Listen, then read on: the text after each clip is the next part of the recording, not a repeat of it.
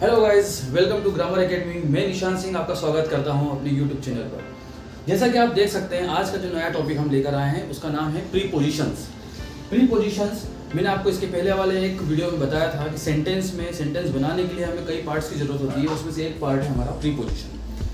आज प्रीपोजिशन का पार्ट 1 हम देखने जा रहे हैं, जिसमें हम इन टॉपिक्स को कवर करने वाले हैं।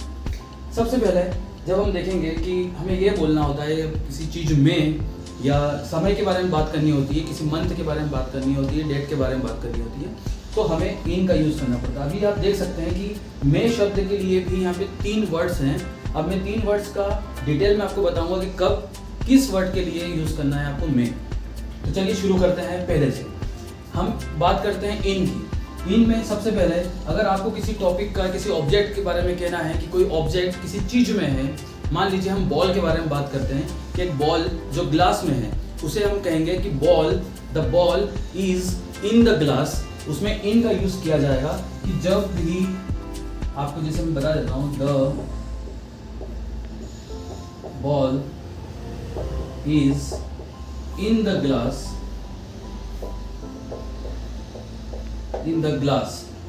तो यहाँ पर ये इस इन का जो हम यूज कर रहे हैं, इसके जितने भी पार्ट्स हैं सेंटेंस के, वो मैं इसको पहले वाले वीडियो में आपको बता चुका हूँ।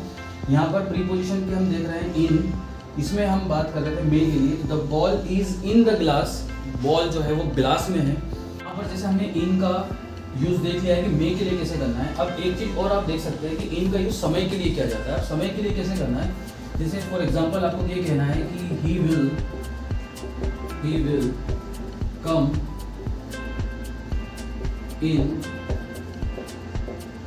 जून, वह जून में आएगा। तो यहाँ पर आप मंथ के लिए मे शब्द का जब यूज कर रहे हैं तो वहाँ इन का यूज किया जाएगा। फिर एक और सेंटेंस देख लेते हैं कि आपको ये कहना है आई वॉज बॉर्न इन 2002। तो यहाँ पर भी जैसा आप देख पा रहे हैं कि मंथ और ईयर, इसके लिए आप अगर मे शब्द का यूज करना चाह रहे हैं तो इन का यूज करना है। जैसे यहाँ पर देखिए, ही विल कम इन जून, वह जून में आएगा। And I was born in 2002, मेरा जन्म 2002 में हुआ था। तो आप इससे समझ सकते हैं कि इन का यूज कैसे करना है। अब बात करते हैं हम इनटू की। इनटू के लिए सेम मीनिंग रहता है मे, लेकिन यहाँ पर आपको ये चीज देखनी है। ये कह रहे हैं हम स्टूडेंट्स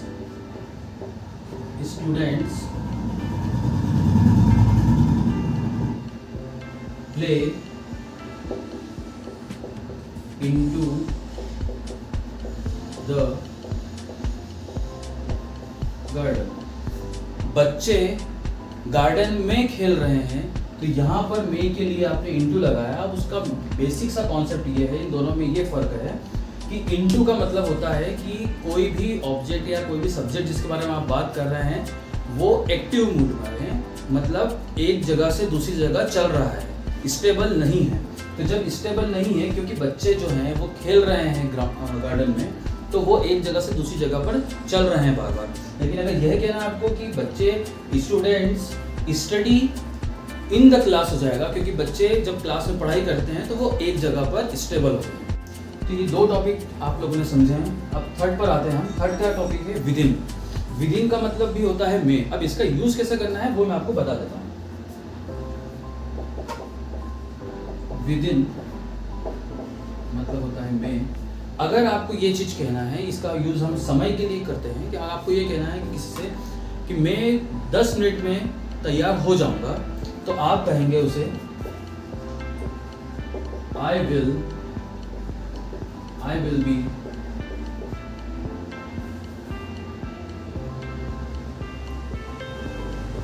रेडी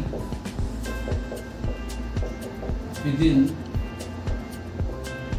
10 मिनट्स। मैं 10 मिनट में तैयार हो जाऊंगा। इसी से आपको ये कहना है। एक और एग्जांपल हम देख लेते हैं। आई विल बी देयर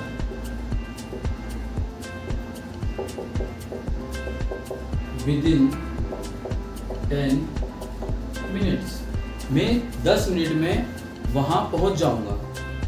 तो आप समझ सकते हैं कि विदिन का यूज हमें किस तरह से करना है। नेक्स्ट हम बात करते हैं ऑन की। ऑन का सबसे पहला एग्जांपल आपको पता है कि ऑन का यूज़ हम करते हैं पर के लिए, लेकिन आपको ये भी पता होना चाहिए कि इसका यूज़ भी हम समय के लिए या समय का एक एग्जैक्ट बताने के लिए कर सकते हैं। ऑन आपको ये कहना है कि किताबें टेबल पर रखी है, तो आप इस तरह से कह सकते हैं the books are on the table. ये देख सकते हैं आप कि ऑन का यूज हमने किया है पर के लिए। अगर समय के लिए आपको यूज करना है ऑन का, तो आप इस तरह से कर सकते हैं I go to gym on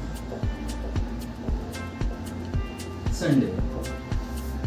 देखने से पता चल रहा है कि वीक के टाइम, जो वीक होता है हमारा, उसके डेज होते हैं, उस डेज के साथ में भी आपको ऑन का यूज़ करना है।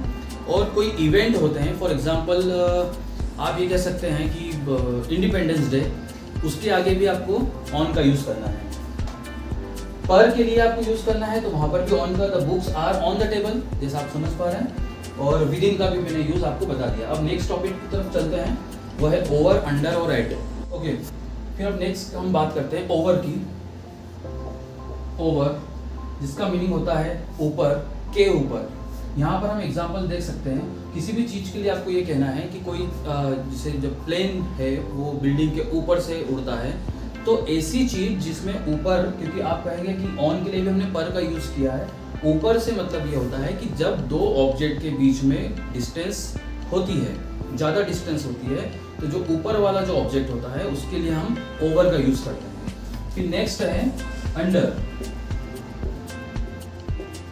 अंडर, इस अंडर का मतलब होता है नीचे। नीचे से आपको ये कहना है कि the books are under the table, मतलब जो किताबें हैं वो टेबल के नीचे है, उसमें आप अंडर का यूज़ करेंगे। फिर हम बात करते हैं एट की। एट एक समय और स्थान के लिए यूज़ किया जाता है। समय, जब एग्जैक्ट टाइम ऑफ ड्यूरेशन आपको पता है कि आई वेक अप एट 6 o'clock या 6 AM, तब आप एट का यूज़ करेंगे। और स्थान के बारे में बात करें हम, तो आप ये बता सकते हैं कि जब छोटी जगह होती है तब आप एट का यूज़ कर सकते हैं। तो ये कहना है एट के लिए कि मैं घर पर हूँ, तो आप ये कह सकते हैं कि आई एम एट होम।